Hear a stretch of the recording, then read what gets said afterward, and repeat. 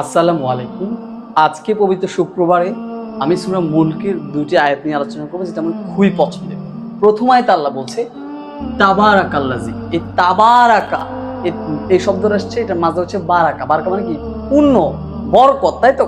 তাবারাকাল্লাযী, পুণ্যবান তিনি, যার হাতে কি?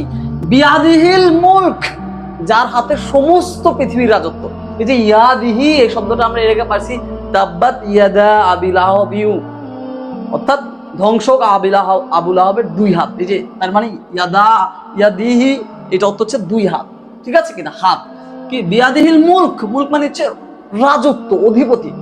তাবারাকাল্লাযী বিয়াদিহিল মুলক, পুণ্যবান তিনি, যার হাতে সমস্ত পৃথিবীর রাজত্ব। ওকে, তার পরে আল্লাহ বলছে ওয়াহুয়া, এবং যিনি, আলা, আলা মানে উপরে, কিছুর উপরে, কুল্লি, সকল কিছুর উপরে, শাইইন কদির, যিনি সকল কিছুর উপরে সর্বশক্তিমান, ঠিক আছে? ওকে, তারপর দ্বিতীয় আয়াতে আল্লাহ বলছে, এই আয়াতটা খুবই খুবই পছন্দের। এখানে কি বলছে আল্লাহ? আল্লাযী, যিনি, খলাকা, যিনি সৃষ্টি করেছেন, হি হু ক্রিয়েটেড, যে সৃষ্টি করেছে কি? আল মাউতা মানে হচ্ছে মৃত্যু, ডেথ, ওয়াল হায়াতা, এবং আমরা বলি আমাদের হায়াত মধ্যে কোনো বর্ষা নাই, এই হায়াতা মানে হচ্ছে জীবন।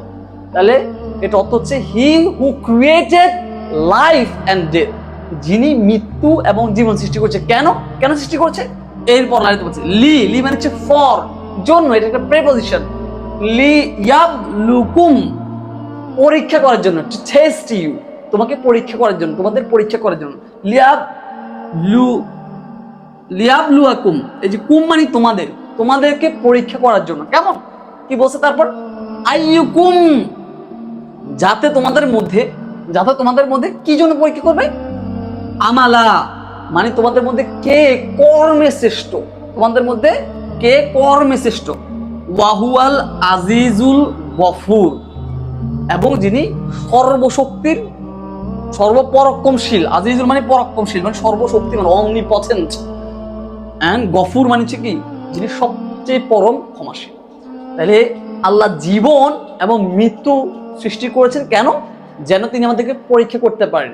হি who created death and life to test you who is best in deed, যে তোমাদের মধ্যে কে কর্মে সবচেয়ে বেস্ট, তা সেটা পরীক্ষা করার জন্য আল্লাহ জীবন এবং মৃত্যু তৈরি করেছেন। তো এই দুইটা আয়াত আমার খুব পছন্দের। আশা করবো নেক্সট এপিসোডে আমি সূরা মুলকের আরো কয়েকটা আয়াত নিয়ে আলোচনা করবো। আসসালামু আলাইকুম।